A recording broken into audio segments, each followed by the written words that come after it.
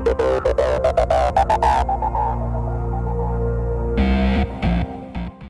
everyone, Rick Ninja Productions back, doing my second review for today. And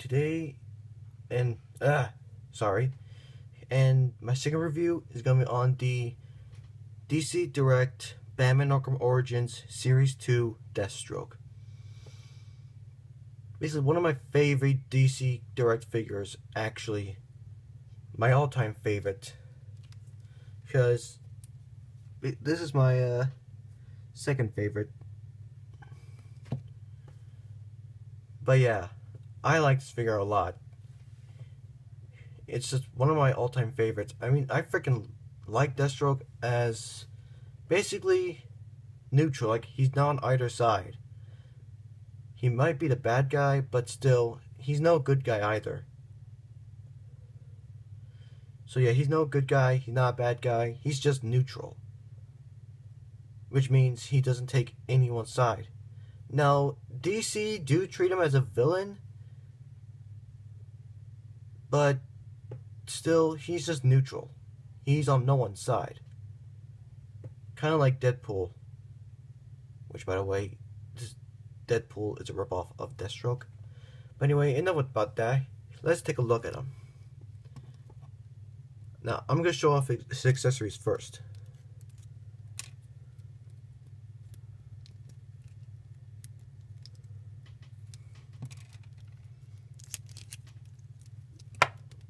His first, god damn it. I'm just going to move. Sorry guys. I'm just going to move the phone this way. The first accessory is his pistol. I think it's a Magnum. Or no, not a Magnum, but a Desert Eagle. I don't know what kind of gun this is. It looks like a Desert Eagle. I might be mistaken. If anyone knows what type of gun this is, I'd appreciate it if they tell me. But nice paint on it though, and the sculpting work is nice. You cannot cock it back, and there's no clip that comes out. But since it's so small, I mean, it could break easily if you're not careful with it. So yeah, and it fits into his whole. So yeah. Anyway, the gun fits into his holster pretty nicely, like so. He also comes with his sword. Now, the sword is pliable, but it's still easy to break.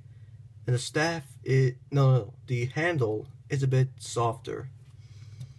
And he can either hold it in his hands, or you can store the sword on in the sheath. And yes, his little bandana thing is a rubbery plastic. I almost forgot he can also hold his gun in this hand only. This one he can't. Finally, his staff. It's pretty long too. Not taller than him, but still. Now, unfortunately, in the game, his staff would mostly look like this. Like that's the silver end when it's not extended. If they included a non-extended staff, it would have been good. Or you could buy another one, just create your own. Then he gotta hold it. Now there's no real way to store for it. There's no real storage for the staff, unless you like take the little bandolier, I think, and you just slide it in like so.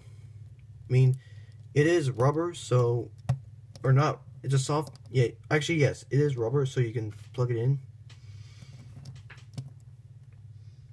And yeah, so it looks weird when he has it. So I just put it in his hand, like so. It is a bit loose, but you can't hold it. He can hold it. So yeah. Anyway, posability wise, his head can move side to side, look up. Actually no, never mind. I thought he could look up better than Batman, but he can't. He could look down though. His arms can rotate, they can swing out to the side. Again, I don't know if you can see that, but inside there, it's a clear plastic joint. I do not like that, and I'm nervous because I think it's gonna break, and that would not be good at all. Because this is my favorite figure, and I do not want it to break. I mean, DC Direct shouldn't ever put that joint in. It just makes the figure feel fragile. So yeah, I do not like that. I really don't. And also, out of the package, his shoulder pad came off. I glued it back on though. It was not broken, it was just not glued in. So I glued it in myself. But anyway, unlike Batman, his bicep or lower bicep can rotate. He can bend at the elbow a lot better than Batman. His wrists can fully rotate, move up, move back and forth. Actually, to the point where now his wrist is not tied too much. You can basically pose the hands around, but not too much. I mean, this is not for kids. It's not for kids. So do not give this to a young child because they might choke on these small accessories or break it. So yeah. And if you remember, I got this from the toy show as well. Anyway, he has a ab crunch that can move back, he can move forward. He has a waist joint, and he has a ball peg joint, or a double ball peg joint in the waist, so you could move it back and forth, side to side. And also, I found out the waist, I managed to pop off the waist and the legs.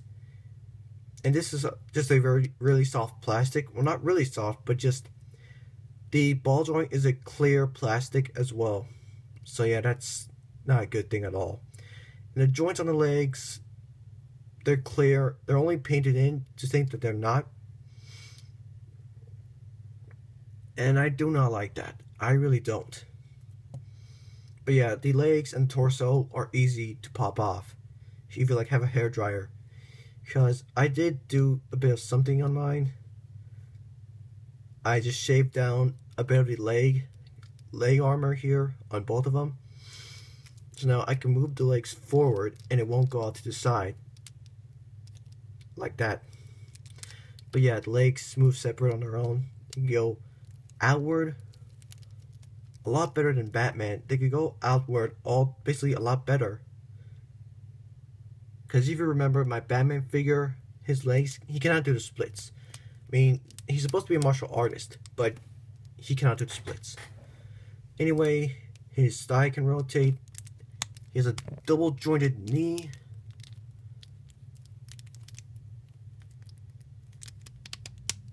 And his feet can move down and up. Not really up because of this armor piece, but he can move side to side. And he has a peg hole on the bottom of his feet, on his heel. Now, unlike Batman, there is no swivel in the foot, which kind of sucks me. Because sometimes I wish there was a swivel, but there's no swivel here.